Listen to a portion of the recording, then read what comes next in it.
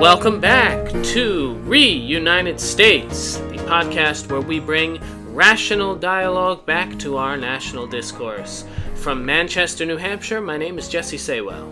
And from Los Angeles, California, my name is Tyler Eric. And we've got a lot to talk about this week. As always, thank you all so much for tuning in to listen to us. First and foremost, though, I want to wish a happy Pride Month to the LGBTQ plus community. We say this, we are not, selling Reunited States flags. We're not capitalizing on Pride Month. We're not Target. We are not Target. We are not Skittles. Did you see that Skittles apparently is selling, like, they're like blank colored Skittles because they don't want to compete with the rainbow of, like, it's the... I heard about this. I think they did the same thing last year, too. This is silly. Jon Stewart had this whole thing about the Oreo commercial also that is just classic if you haven't seen it. Obviously not criticizing the existence of Pride Month, but criticizing how many of us feel about it, which is the capitalizing on it is taking... Oh, it's great. There's like so many people I see on Instagram and on TikTok that like do like these videos reviewing, I say reviewing in quotation marks, but reviewing like Pride Month merch from Target and other like big name, like, corporate retailers. And they're all like, obviously all these creators are, members of the LGBTQ community. And they all like are trashing on like these, these items, but it's hilarious. Yeah, it has... I was in New York over the weekend, and it doesn't have the same feel. I will say that the capitalizing and the profiting off of Pride Month takes away from the original purpose of Pride, which is for people to be able to express their pride in being themselves and living in a world and a country where ideally they should be able to do so safely and feel accepted by those around them. Are we there yet? No, but we have made a lot of progress. And so, happy Pride Month. Not because we're trying to profit on it, but genuinely because it is an important month. It is an important tribute to all those that have put in so much to get us to where we are today, in which, we do have a society in which, in theory, you should be able to love who you love and be who you want to be or who you are without having to fear repercussions. Sadly, I think in this current government, we're seeing some backlash against that. Surprise, surprise. But overall, championing the progress that we have made. We need Pride Month, and we need people to be as visible as possible more than ever now, as we are pushing back against these forces who would like to take us backwards rather than forwards. I also wanted to take a moment, and this has been sitting in my chest for the last couple of days. I will admit, just the sadness. But I wanted to take a moment to express condolences to the victims of the anti-Semitic hate crime that was committed in Boulder, Colorado over the weekend. If you're not familiar, a man essentially made a homemade flamethrower and lit 8 people, Jewish people, on fire. They were doing a peace march in which they were requesting the return of hostages by Hamas. And the man lit them on fire, screaming, "Free Palestine." I just want to take a moment on this topic to say that I'm bothered by the silence of certain people relating to this attack. And we have, on many occasions on this podcast, myself, and I'll only speak for myself here, of course, but we have been very critical of the IDF and Netanyahu and what Israel has done in terms of killing civilians since October 7th of 2023. And we will continue to be critical and talk about those issues. But what I am not okay with, and what bothers me, is that I see people posting routinely about those things, and liking posts relating to those things and talking about that, at length. and then crickets when it comes to some of the acts of violence that have been taking place against Jewish Americans. It is as unacceptable to hold Jewish people accountable for the actions of the IDF as it is to hold Palestinians or Muslims in general around this world responsible for the actions of Hamas. So I'm going to call it both ways here, and I think that most people should. We should be condemning violence. This is not okay. This is really, really wrong that someone was able, in a major city in this country, was able to go and light people on fire. And some of the rhetoric that we have heard over the last couple of years has enabled this. And some of the places that rhetoric have come from are absolutely silent about this. And so, again, this is just me. This is just where I am, but I'm fed up with it. Because I'm not okay with violence, and I'm never going to be okay with violence, and none of you should be.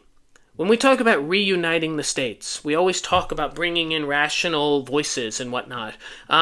We also say that there are people who are excluded from that conversation. White supremacists are not. You're not going to be reuniting white supremacist groups. That there are people that are unreachable.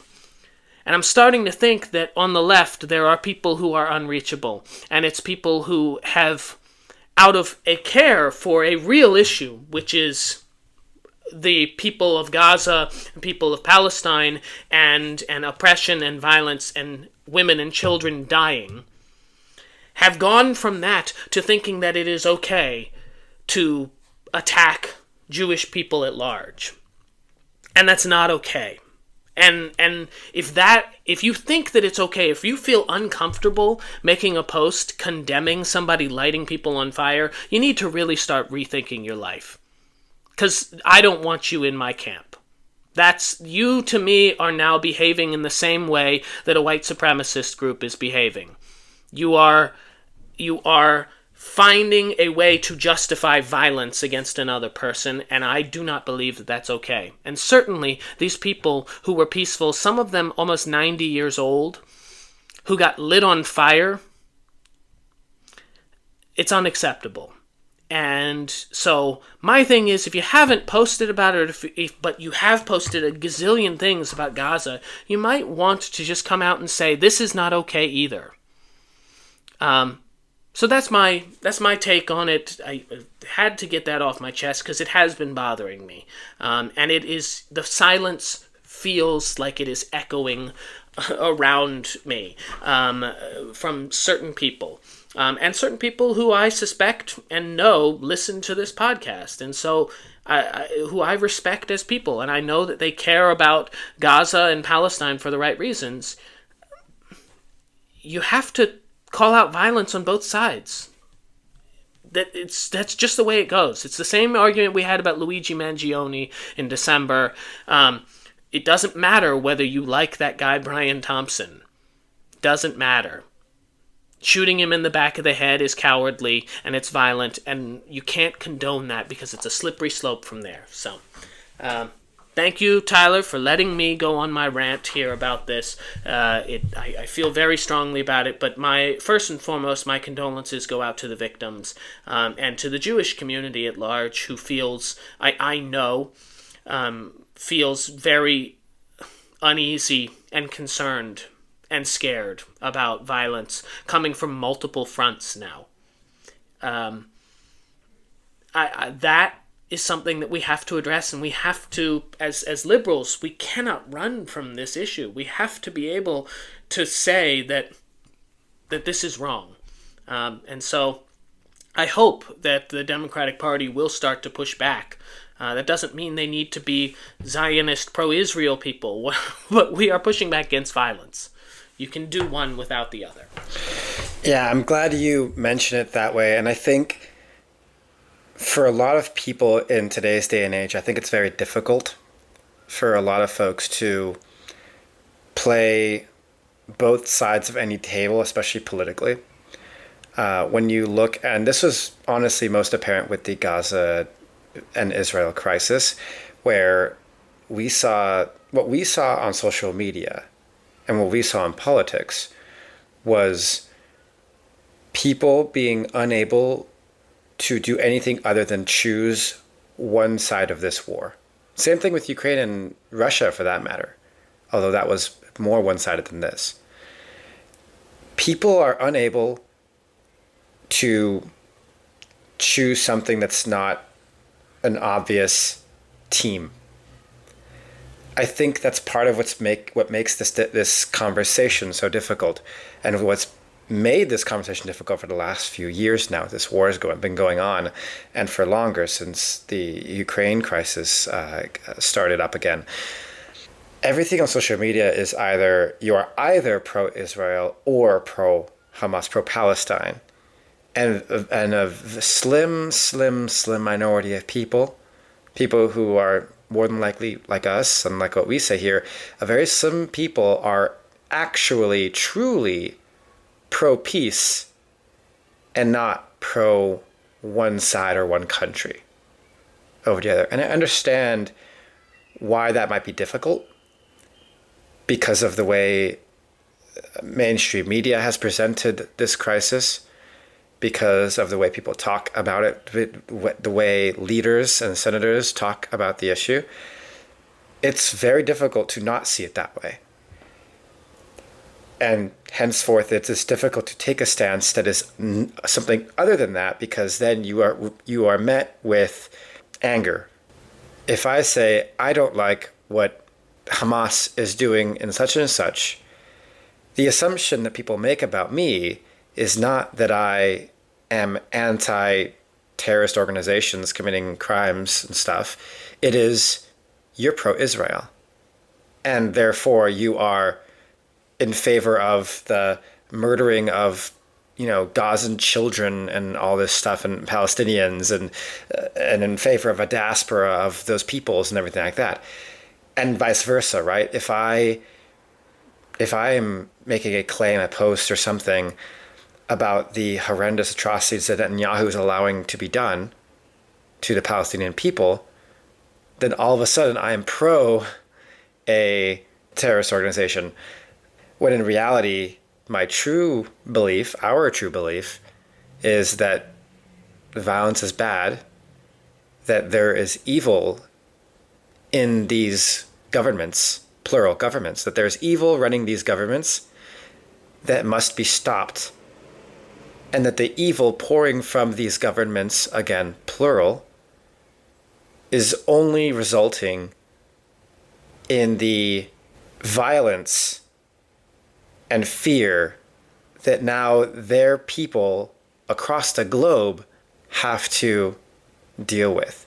What Hamas is doing are now resulting in very real familial crises happening in America, and Palestinians in America being deported or threatened to be deported, jailed, all these things, because of something a government did half a world away, and vice versa. And when you talk about the Boulder, Colorado attack, that's the vice versa.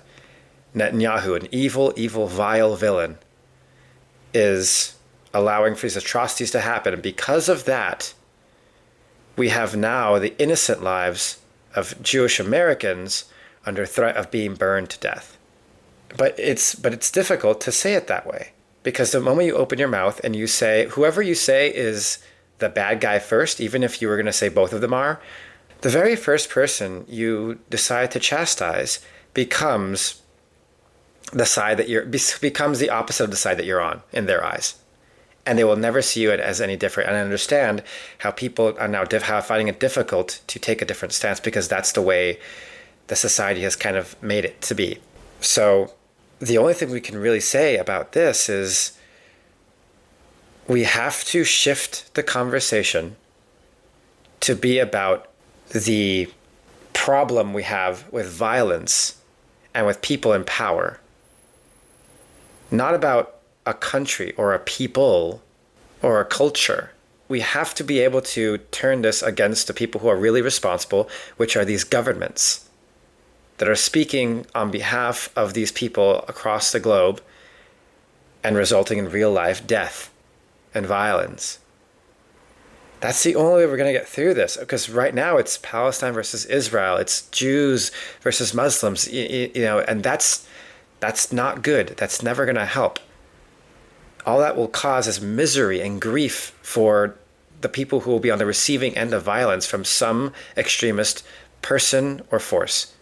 I think it is possible, and it should be possible, for us to look at the Boulder attack, for people, wherever they stand politically on the Gaza situation, to look at the Boulder attack and say, that person clearly has violence in their heart. That person was clearly an evil person that wanted to enact violence on people and found a way to do that. And though that way is a stance that I agree with in terms of Free Palestine, just broadly speaking, for some people, that shouldn't mean that you are unable to separate the political statement that was made from the violence that was enacted. That was a violent, evil person that did a violent, evil thing. No matter what he wanted to code it as, it is still just that, a hate crime. And we should be able to separate that. I wish we were able to separate that as easy as maybe some of us make it seem behind a podcast, right? Because I get it. It's difficult to do that. Because it's so easy for people to be hateful and vitriolic on the internet. I get the fear, but we have to do this. We have to be able to separate the violence from the politics. Violence should never be acceptable. And that should be something we should be able to say. Violence is never acceptable. Evil is never acceptable, no matter what coat of paint it decides to pour itself on. You know, this is, to take a biblical analogy, this is, the serpent, right? The devil is still the devil. Satan is still Satan, no matter if he's, a Beelzebub-looking creature, or a serpent, or a beautiful voice, or a delicious fruit, or whatever. It's still Satan, and it might be difficult to see him, but evil is still evil. If we know it's there, we should be able to separate one from the other and point out evil where it is and condemn it. I think, very, very well said. The only thing that I would potentially not even push back on, but just I would adjust, is that I think that it is a vast majority of people who feel the way that we feel about this issue. I think that's certainly not what you see, and that's because, A, people are afraid, and I'm just done being afraid on these subjects. I'm not going to. I don't want to look back 20 years from now and feel like, wow, I didn't say enough when this was happening on our shores as well as abroad, on both sides of the spectrum in terms of the violence that has been enacted on innocent people. And the people who are not afraid, there's people who simply just don't like to be wrong. And we don't like to acknowledge that there are flaws on our side of the argument. We don't like to acknowledge when, it's like we just pretend that these things don't exist. It's the, it's the argument about, like Joe Biden and whether it's, I know it's going to sound crazy, but it's like people were like, oh, you can't talk about Joe Biden being old because that's going to help Donald Trump. No, ignoring the problem that everyone sees in front of us is what's going to help the other side. And as such, ignoring the fact that someone who was a Palestinian supporter lit people on fire doesn't make your side look good. What makes your side look better is if you actively condemn that sort of act of violence and say, that's not who we are, that's not what we believe. And some people have done that, but it's been very, very few. It has been very, very few. And accepting accountability as well for some of the rhetoric that has never come. Some of the rhetoric that we heard in some of these protests, fuck the Jews. I mean, seriously, again, the fact, if you went to a protest in which someone was screaming that and you didn't walk away, something is wrong. That's actually wrong. Like, if I heard that about any group, fuck the blank, insert anyone else, we would never accept that. And so I get that Israel is the powerful organization. If we're looking at these as organizations, it is the more powerful group in the Middle East right now, of course, of those two. And it has, in many ways, oppressed the Palestinian people. And it certainly is killing people. It has the power. But that, on the other side, I just want to note the very interesting thing that Hamas refuses to let its civilians leave the bombing areas because it's using them as human shields. Hezbollah, smaller conflict, but Hezbollah lets its citizens leave and leaves military people in the area. So those are just distinctions there in that one region in terms of how they handle this situation. Hamas is a terrorist organization, and it's and full stop. The IDF bombing and killing civilians is despicable, and it needs to stop. We should be able to say that. And you're right, Tyler, you make the great point. The minute I say either one of those two things in and of itself, by itself, people stop listening and assume, okay, you're one way or the other. I don't think that that's the way most people feel. I just think that we're afraid to speak how we actually feel because we're afraid to be clumped into this, polarized subject that really should be as simple as stop killing each other. Governments need to stop killing each other, killing their citizens. Yeah, but anyway, thank you all for listening. I hope that was insightful for you. And if you feel certain ways about this, I want to hear the various perspectives on it. I know there are people who are going to disagree with us on this. And we want to hear that. But if you do hear this and agree, it would be really nice to hear from more people who are, kind of what I believe to be the silent majority on this issue out there. But let us know. In other news, talking about sides of things, Elon Musk and Donald Trump, you never know what side is you're going to see these people on various issues, but they are no longer on the same side, it seems. A conflict has broken out with Trump and Musk over this big, beautiful bill. The big, beautiful bill. It's beautiful. Elon has gone out and put on Twitter, "Kill the bill." He also said that Trump wouldn't have gotten elected if it wasn't for me. He then posted how I think he said ingrateful. Trump has responded as of just recently today in the Oval Office, saying he's very disappointed in Elon. I've done a lot for him. We had a very good relationship. I'm not sure that we're going to still have a good relationship.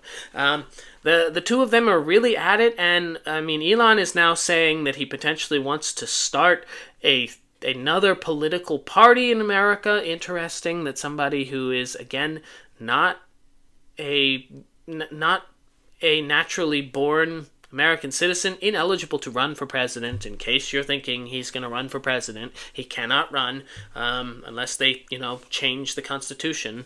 But yeah, that's the new beef in Washington right now is Musk. We were all kind of wondering, when were the egos going to explode? It seems like it has happened here. Tyler, what are your thoughts? This is so silly because this is so clearly just about who is the bigger man, like in front of the cameras, and who wants to appear as the bigger man in front of the cameras. And I think there was a point in time where Elon kind of became that bigger man for a bit, and Trump didn't like that. You remember there's a lot of media reporting on the meetings that were taking place, right? Why is Trump sitting but Elon's standing? Why is Elon dressed so casual? He's at a power play, brought his kid, all that stupid shit. And I think, obviously Trump not very happy with those. He was asked on camera about those kind of comments and musings, rumors.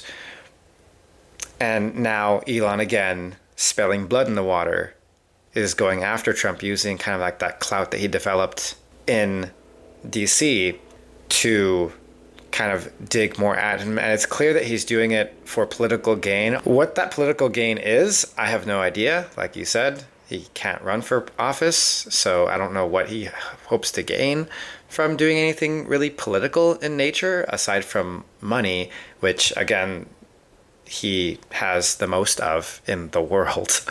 But maybe not for long. maybe not for long. Maybe it's the big, beautiful Elon killer. Who knows? But clearly there's something in this that scares him, and he is now flexing his political might to kind of further dig at Trump. We'll see who comes out. We'll see who comes out. I mean, it's hard to say I particularly care about this feud because, like, these are just two man babies yelling on the internet. But it does make a significant impact on the way this country is run, unfortunately. So it's our job to care about the big babies. You know, I actually care a lot about it, and because I think it's significant. I mean, I do too. I just don't want to. Yeah, that's fair. Like, do I like either of them? No, I dislike both of them. I think they're both, yeah, as you would say, big babies. Elon is a, angry little man baby, and Trump is an angry little man baby. They're just different sizes. But I think that this is going to have significant impact on the midterms because I doubt that Elon is going to invest money in Republican candidates based on the way that this is. I don't think he's going to invest in Democrats, for the record. Let's be clear. I think he still thinks that the woke left stole his kid from him and he's, angry about that. But I do think that he is going to withhold money from Republicans going forward in a way that maybe he wouldn't have otherwise. And I think that he realizes that, if he really cared about Doge, which I do think that Elon actually does care about cutting government waste. I think it's for the wrong reasons, but I think that the conversation that it started, this is where I'm going to give just a sliver of credit. I think the conversation that it started was important about the fact that the level of spending we have and that both parties are participating in is unsustainable, it's irresponsible, and that is that is debt that is being dumped on younger people. Younger people are going to deal with that debt for the rest of their lives, while most of the people making these decisions will be long gone. And so that's a conversation to be had. Of course, as with Elon and with Trump, they find a problem and then they solve it with a chainsaw instead of a scalpel. And the way that they go about doing it is just totally irresponsible and causes more problems than it solves. But I do think that Elon not investing money into political campaigns in the same capacity going forward, or maybe at all, I think is going to cause problems for the Republican Party. I do think... Who may already be facing problems in the midterms yes. because of how the tariff situation has developed and all of Trump's other actions. They were already kind of up a creek with half a paddle going into it. So, and just the nature of midterms, that the party in power doesn't tend to do well in midterms. But we'll see. I mean, I'm thinking it could also be a way for Elon to come back and get further of an in and incur further debt from these Republican candidates by saying, like, hey, I'm not fucking with Trump anymore, but maybe I will support you if, do a little quid pro quo kind of for funds. He might be trying to do that now and get more power across the Senate. Yeah. Which is not unheard of. That's a very, very basic as they come strategy for mega donors. But could be Zay's doing something like that. Because again, he didn't do that before. Yeah. He didn't do like the classic, like, I'm going to go and hit up like small guys, invest in them, have them incur some kind of like unseen debt with me so that I can pass certain things. He was never really one to do that. In a way, I kind of applauded him for that in the beginning of like kind of the career, unlike companies like Facebook that lobby a lot. I don't know, I mean like a lot for certain things. to my knowledge, Elon didn't really a whole lot until very recent, the last handful of years. So it could be that he's going back and saying, I'm going traditionalist with lobbying.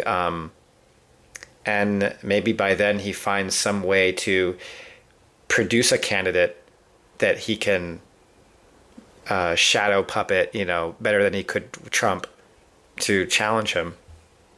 There's a different way of things, different things. These are all theories. These are all like silly theories, but it's certainly possible that that Elon rather takes the massive amount of wealth he has and invests it into some sort of third party run.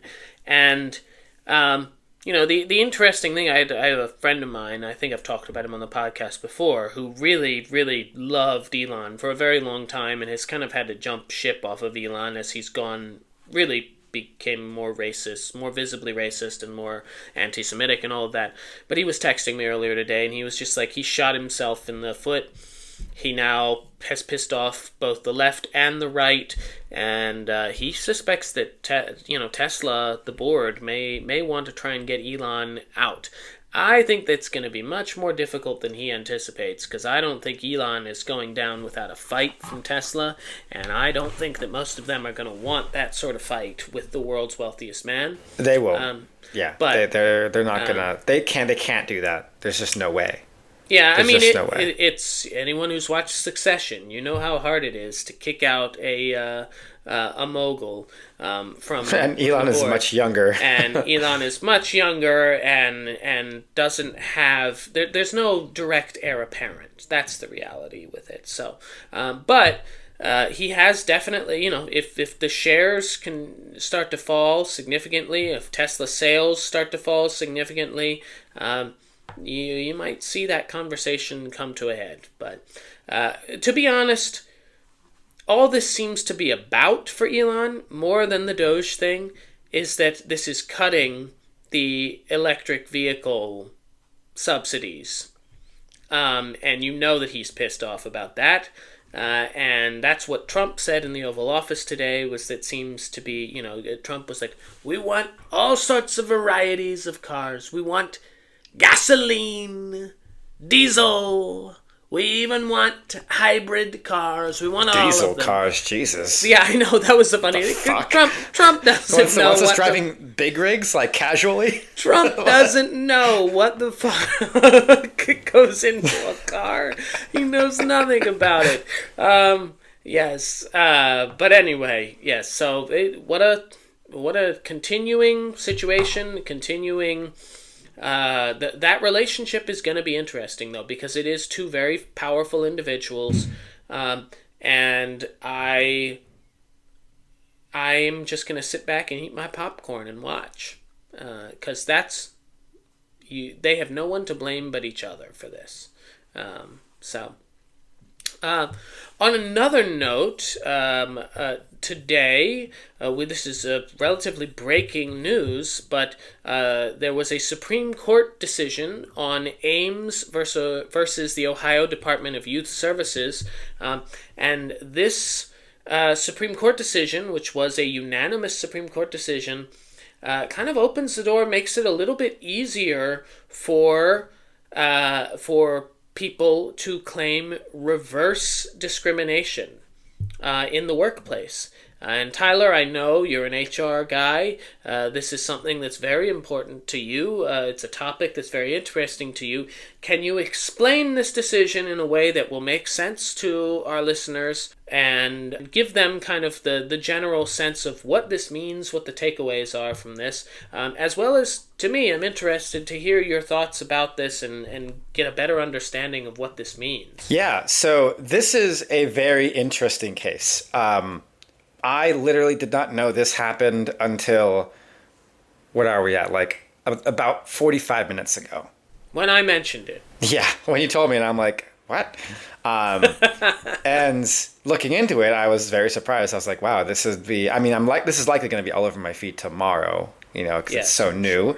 But this took me by surprise, and I have not read the entire opinion. I've read about a few pages of it, what I was able to get through before we started recording here.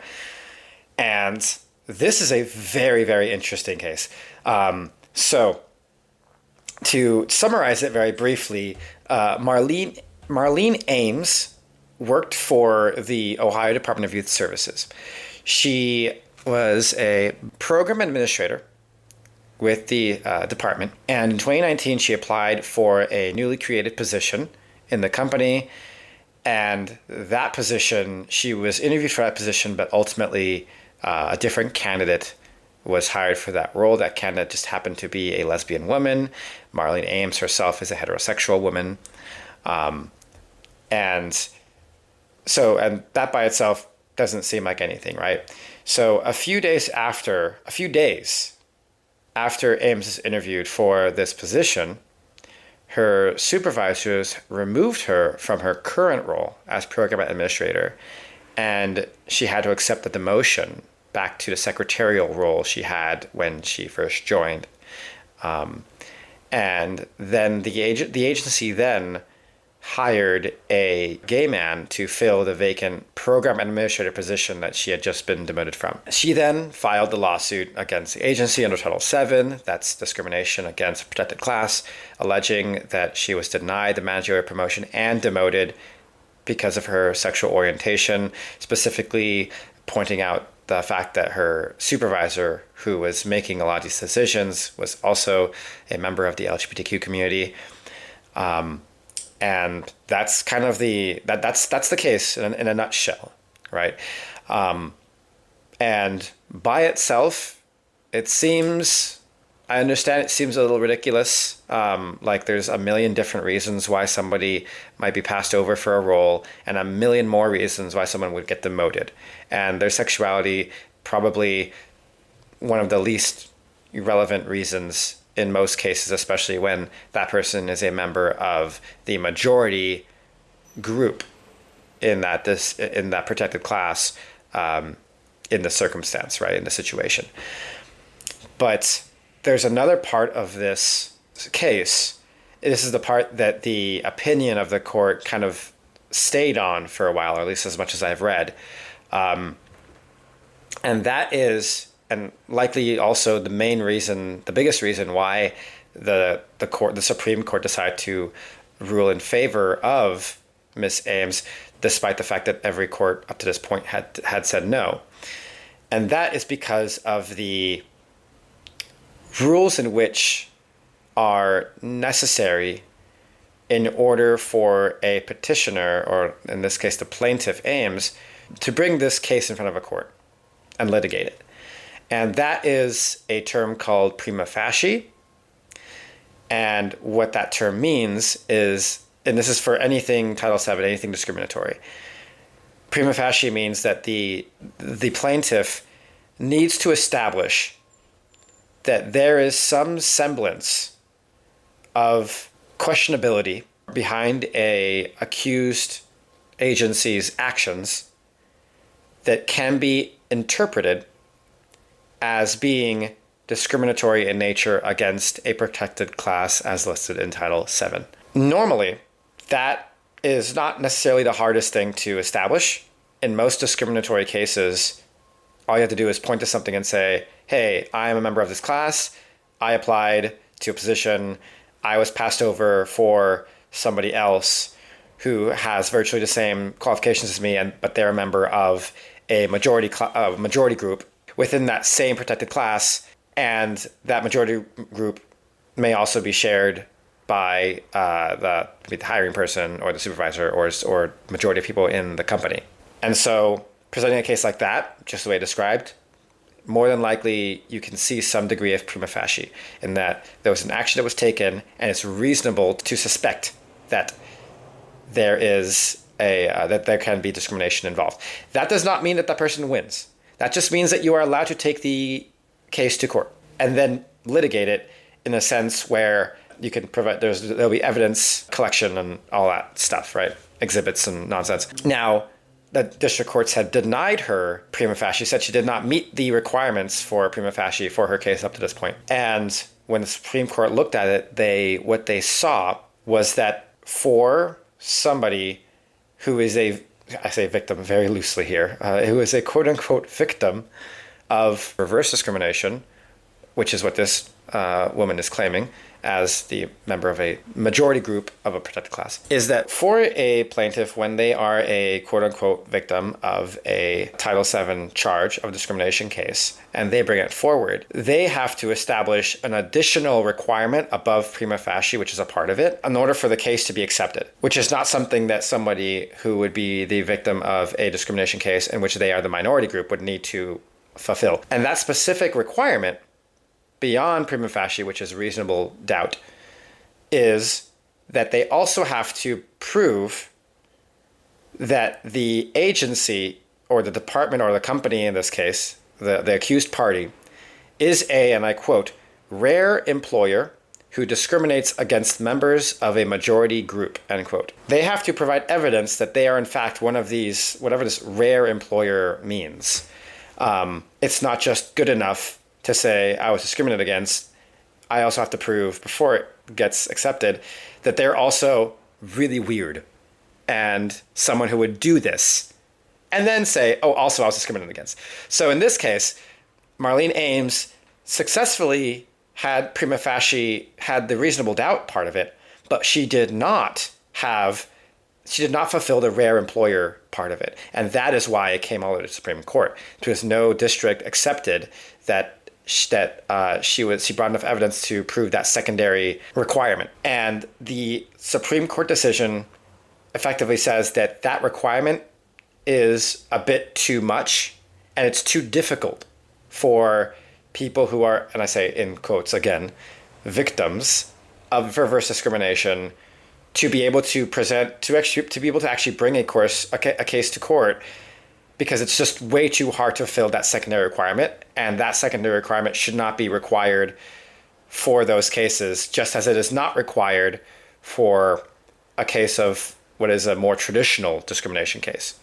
And so this unanimous decision was on the basis of people who are, in quotes, the victims of reverse discrimination should be able to allow a case to come to court only needing to fulfill the base requirement of prima facie and not the additional requirement of proving the agency or other party involved is a rare employer discriminates against members of a majority group. I hope I explained that well. That's the case. That's the case in the most nerdiest form possible. I love this. I was reading this thing super engrossed. I was actually mad that we had to stop.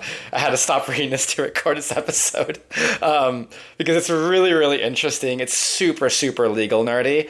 But it's also very important to understand that Supreme Court cases are sometimes not as black and white as a lot of the media will present it to be. I looked up this case after you told me about it, an hour or so ago, and I was kind of what? And I looked it up, and everything's Supreme Court decides, you can sue for reverse discrimination or stuff like that. And I was okay, I mean, yes, but it's not for the reason that the language in these articles are kind of pushing it out to be. It's for a very different, much more nerdy reason. It's for something that's a lot more meticulous in detail. And while I do not agree with all Supreme Court decisions, I think plenty, especially recent ones, have been terrible. And the opinions, which I have read, have also been terrible. I'm not saying that, you should just all of a sudden agree with it because they're smart people. No. There are terrible court opinions coming out of the Supreme Court. But there is also nuance behind, and also you don't have to agree with this opinion. I hardly agree with this opinion. I'm still kind of thinking about it. I'm honestly have to read the whole thing and think about it. I do not agree with it just because I understand it a bit more now. But the nuance is important to know. It's just important to know that nuance. To know it's not just a political statement, even though it kind of is. It is, and I say kind of because even though he didn't make this opinion, Justice Thomas did make some stupid he made some stupid comment about DEI when they were making this thing. So he's trying to tie it to politics. Fuck Clarence Thomas, unrespectfully. That guy's terrible. But he did make a DEI but a statement when they released this opinion. The opinion obviously does not mention those things yet, at least. He did because he's a shill for the Republicans, but I digress on that. The opinion is much more about legal language. And You can learn a lot reading them. That's really all I wanted to say about that, is that you can learn a lot reading them. Again, I'm a legal nerd when it comes to this kind of stuff, so I find it very interesting. It might be very hard for others to kind of get into it, but I think it does add a lot of nuance to many discussions when it comes to legislation, legal court decisions, and stuff like that. I appreciate you giving us, your insights into that. And for me, I guess the thing that's interesting is not the thing that's on the headlines, like that. Oh, the Supreme Court is deciding that you can sue constantly if you are discriminated against. It's more that the Supreme Court is acknowledging that reverse discrimination does exist. And which I do think is a good thing. I know that that's something that's going to upset a lot of people, but I do think that, we've talked about reverse racism. That's a different term. I just want to be clear. Racism is a structural societal thing. Racism cannot, reverse racism by definition cannot exist. Because racism can really only be one race kind of targeting other people. That's just based on the structure of it. That does not mean that bigotry cannot be directed. There can be reverse bigotry, reverse prejudice, all of that. That all exists, okay?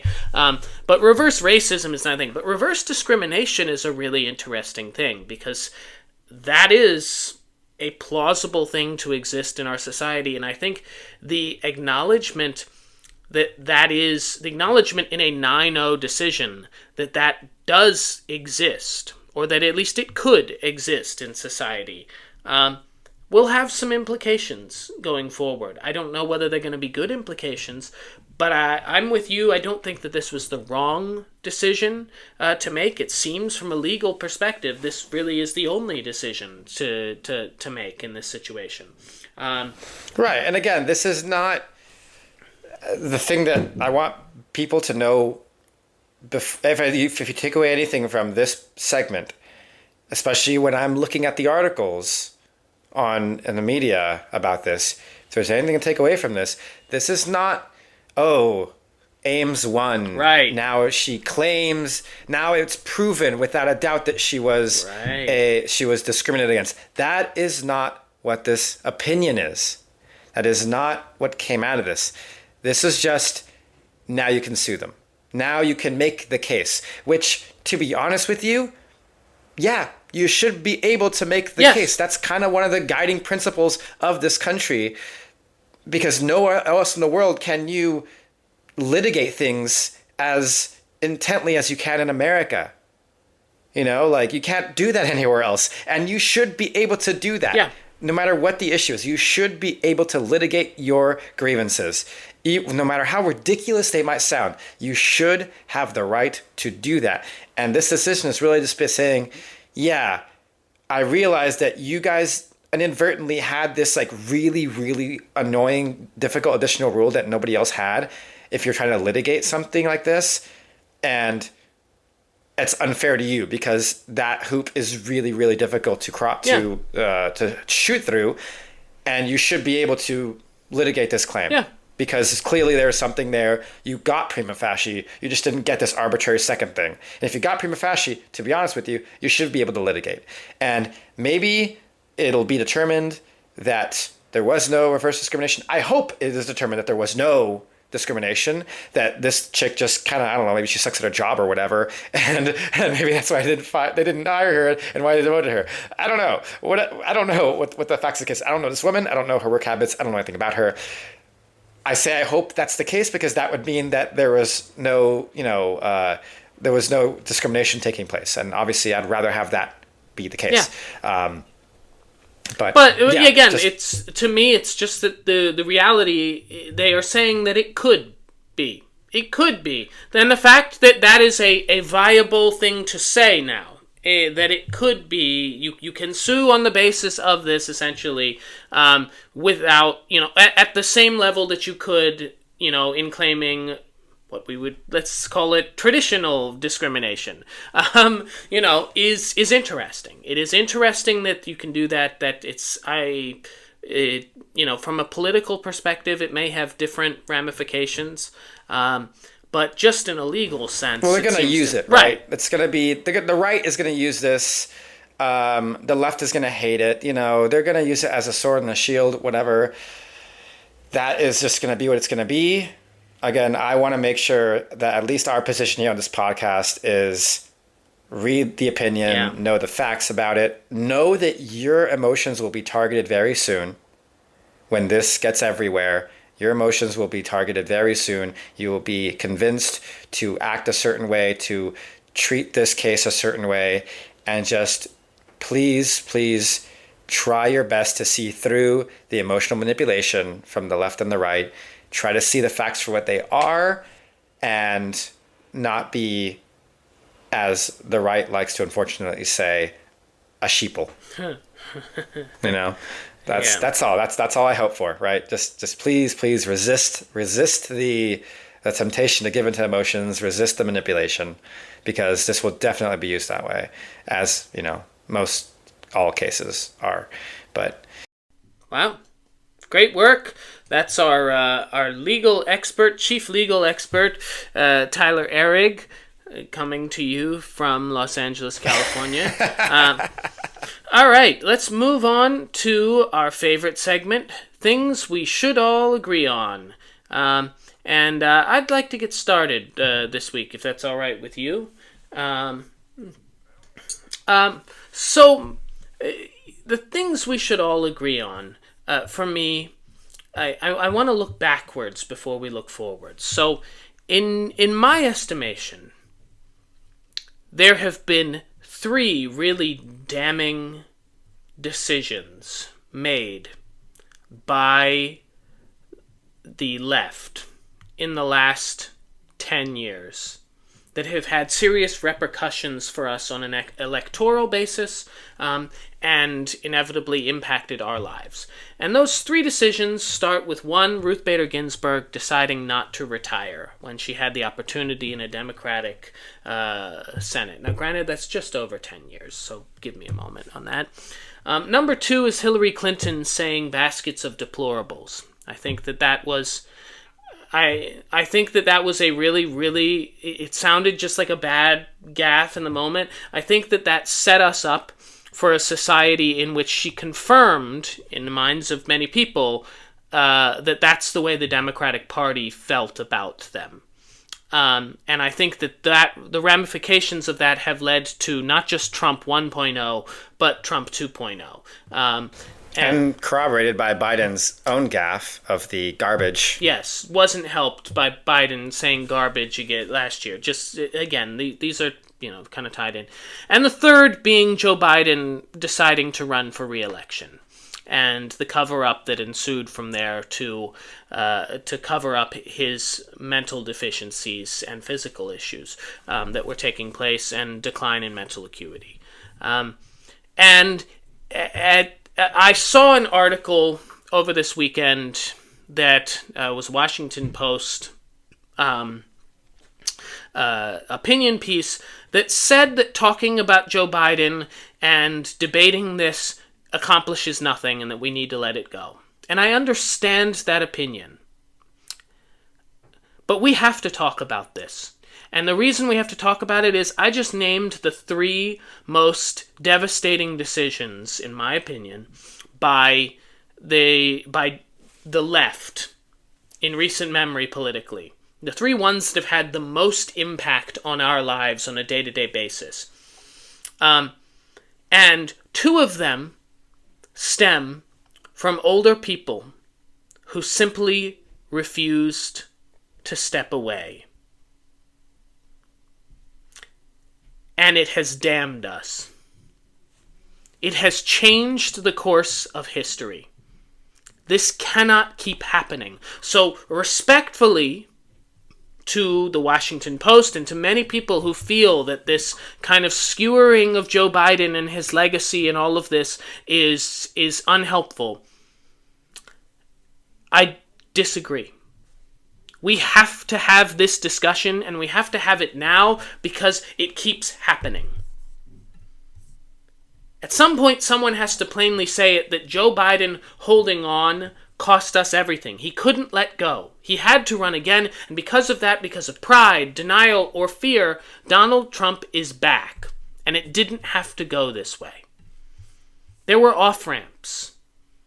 There were plenty of moments where Biden could have said, I served, I steadied the ship, now let the next generation lead. He could have been the bridge that he promised to be. He promised to be that bridge, and instead he became a blockade.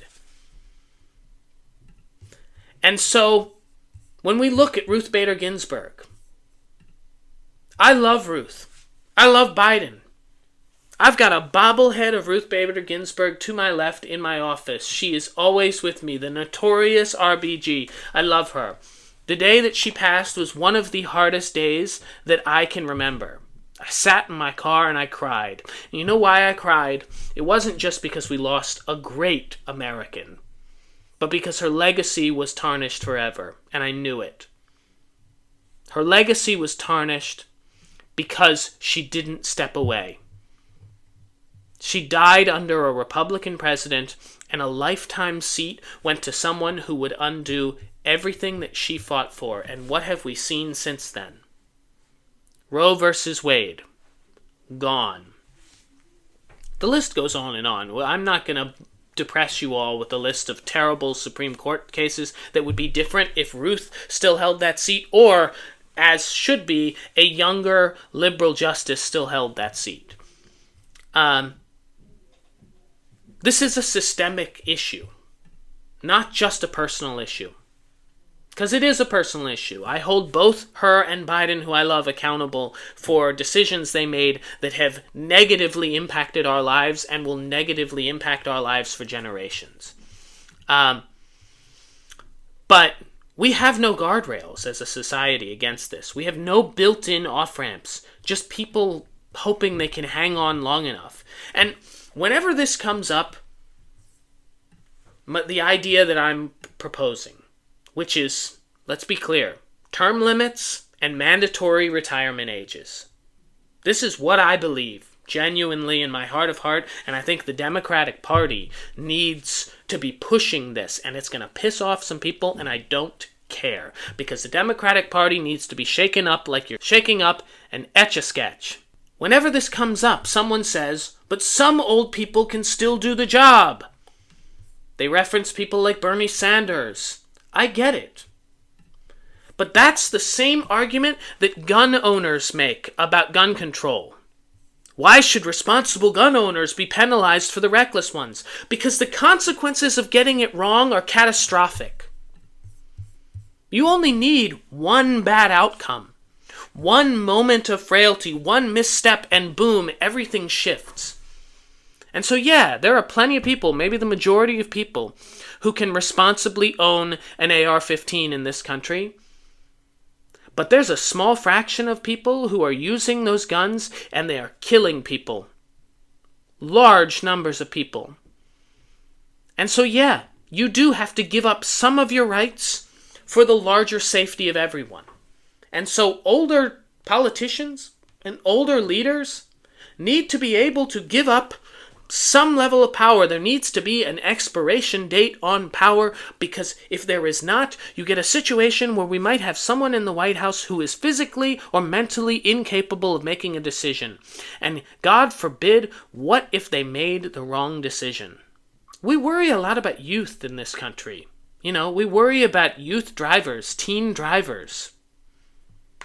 You know who kills more people on the roads than teenagers? Old people. Look at the numbers. It's not even close. And I'm sorry to say that. This is not me trying to be ageist, and I know that there are going to be people that are going to say you're being ageist and whatnot, but this is Father Time. This is a reality of the world we live in, and I'm not saying we put people out to pasture. I'm just saying that you shouldn't be the most powerful person in the world if you're 80 years old, and you could, that 4 years is a lot longer period of time to somebody who is 82 than it is to somebody who is 46. It just is. And so, age alone isn't the villain, But the refusal to build limits around it, that is malpractice and that's negligence. And that is what the Democratic Party needs to hear. This is a winning issue. People want this. Younger voters want it. Middle-aged voters want it. And even older-age voters want it.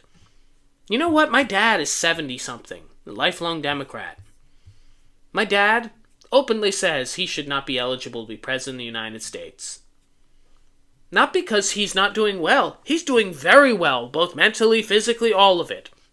Let's set aside the fact he's not qualified. But he fully understands and agrees with the idea that Biden was too old. This is a problem. There have to be some restrictions. Age happens. So we need a candidate, a Democrat, with the guts to say it out loud. If elected, I will fight for term limits. I support a mandatory retirement age. Say it and mean it. Will it piss off the octogenarians in the party? Yes, good, let it. It's not about being ageist. It's about respecting the future enough to get out of its way and protecting us from the devastating consequences that we have had on an electoral level in the last 10 to 12 years due to people not being willing to give it up when they needed to. The Republicans are not going to save us from this spiral. They're busy embalming their candidates and calling it tradition. So if the Democrats don't lead on this, no one will. So this is what I think we should all agree on. It's time for a new rule book. Power should come with an expiration date. Let it go. That's great. And I think it ties in very well to our previous chat about Elon and Trump, right? About egos and how they really just get in the way of everything. And when egos feud, when pride battles it out, the people are the ones that lose every single time. It's never without consequence to the American people when big egos a top fight. And neither of them lose. That's even more frustrating, right? If Elon and Trump are fighting it out, yeah, maybe no one's losing that battle between both of those specific individuals. But we as a people are losing for many different reasons. And it's the same thing here, right? Yeah. When you have egos of people that refuse to abdicate and instead that decision inadvertently causes a lot of harm for for people all over the country, maybe even globally in some situations, that is a consequence of ego and of pride. That's the downfall of pride. It brings down everybody but the person who is being prideful. Very well said. I promise I will get off of this topic about age soon, but I just keep reading more and more of this book, and it keeps upsetting me more and more. And so, sorry guys, you had to listen to it one more time, but this one, I think, is... the gun control thing dawned on me over the weekend. I was like, this is the argument that people make. Like the gun people make. I'm responsible, so why should I have to give up my Second Amendment rights? Blah, blah, blah. All right, my friend. So what have you got for us? I know you've been excited to share this one. Excited is a term, yeah. Okay. It's a little heavy. Impassioned. I am impassioned to share this. I am very impassioned to share this. So this is going to be about something that happened over the weekend that was very, very sad. But let me start with this. It's easy to forget how bad things were before acceptance and general civil liberties were made a more universal right to all Americans. And while we are still fighting to extend these liberties to the last few groups that don't have them, and that fight will continue to dominate political conversations and headlines, we cannot forget, nor can we become complacent in the perceived safety and security of groups that have already been granted such liberties. Now, there are a lot of groups that fit this bill, of course, African Americans chief among them, but also Asian Americans, disabled Americans, women. But I want to focus on one such group in particular today, and that is the LGBTQ community. I say this because the LGBTQ community was hit by a sudden, horrifying, and painful reminder of their own persecution on June 1st, 2025, just a few days ago. Now, if you haven't heard this story yet, Jonathan Joss, a gay actor most famously known for playing John Redcorn on King of the Hill and Chief Ken Hotate on Parks and Recreation, was shot and killed in Texas, in San Antonio, in what is being alleged, and what I personally believe to be a hate crime. According to his husband, Tristan Kern de Gonzalez, who was with him at the time of the murder, the two of them were in San Antonio visiting the site of their old home, which was lost in the fire earlier that year, along with Joss's 3 dogs and virtually all of his belongings. When they arrived at the property, they allegedly found a dog's skull that Gonzalez believed was placed there purposefully with ill intent. It was at this point when their neighbor, Sigfredo Alvarez Ceja, accosted the couple and allegedly started shouting homophobic slurs at the two of them. This culminated with Ceja firing a gun at them, and in that moment, Joss pushed his husband out of the line of fire, saving his life and being fatally wounded by the bullet himself. The culprit was arrested some hours later. I believe he confessed to killing Joss, and he was released a day later on bail to await trial. Now listen, it's difficult to talk about things this heavy sometimes, but it is necessary. And what I take away from this story and the tragic end of Jonathan Joss is this. The most vulnerable and targeted groups in our country are very much still fighting for their lives and fighting just to exist. In fact, we talked about it just today, right? Of other groups that are also a bit concerned for their own life, for the crime of really existing and expressing themselves. Jonathan Joss's story is only a reminder of the continuous hate and violence that occurs to LGBTQ plus people across the country and the globe. He is not an outlier. He is not a freak event. He is a reminder. But it seems like when I speak to many people across the political spectrum, but especially conservatives, it seems like we have this memory wipe of what hate was to these people. They frequently are thinking things like, well, because of the 14th Amendment, we fixed racism and black people won't need to worry anymore. You know, they think, oh, because of the 19th Amendment, women are now equal to men, so we don't need to worry about them anymore.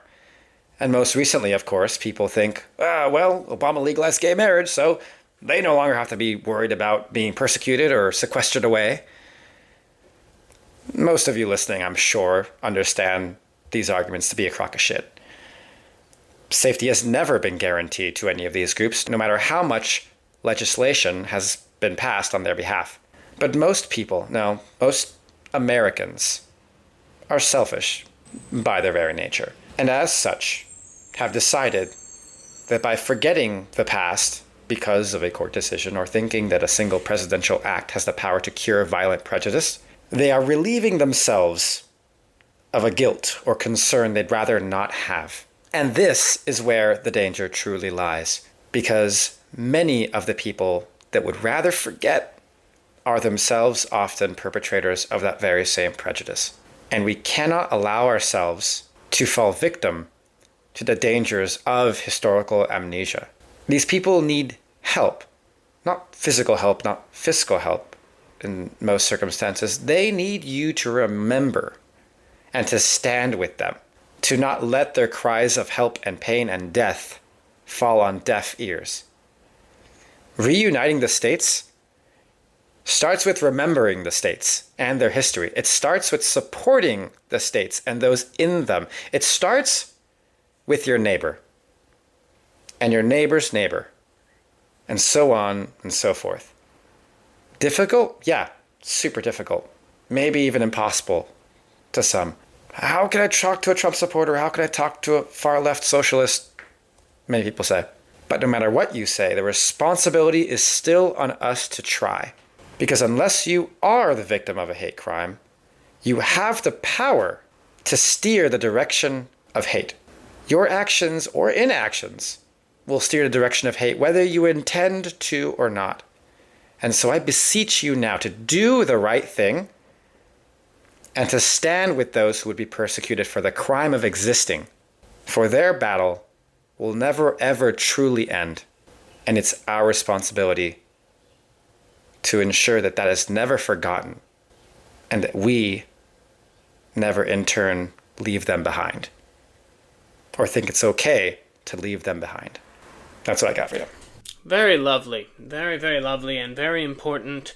You're right. A very disturbing situation that took place. Certainly sounds like not just, a hate crime, but also some level of negligence being accused at the police for the length of time it took them to get to the scene and address this situation. What a really powerful and important reminder, and couldn't come at a more important time here, and also very fitting with Pride Month to again remember, as we talked about, there's been so much progress in our society and there is still much more left to do. And for the LGBTQ community, many of them are very afraid right now. And we need to be, as a society, doing everything we can to stand up and protect the most vulnerable people in our community, and in our societies. And so, well done, well said. Certainly tip my cap to you for that. That was very, very necessary. Yeah, when I heard the news, I was like utter shock, and it was kind of weirdly coincidental because I think like a week ago or so, they had just started like releasing stuff about the King of the Hill revival series that's coming out later this year. And so like my feed's filled with like people talking about that. And then like, boom, a few days later, Jonathan Joss dies, who is obviously a prominent role in that series and was going to be a prominent role in the revival series, I think, as well. So it's so oddly coincidental with that going on. For anyone listening, these things are still alleged because legally they are still alleged. I have to say that just to be legally accurate. I do think this is a hate crime. I do think that all the things that Joss's husband recounted are more than likely correct. I believe him. But a lot of people were saying like, oh, like how can the police say it's alleged? It's obviously a hate crime. Yeah, I know it's obviously a hate crime, but it's kind of what you legally have to say until it, is proven without a doubt, without a reasonable doubt.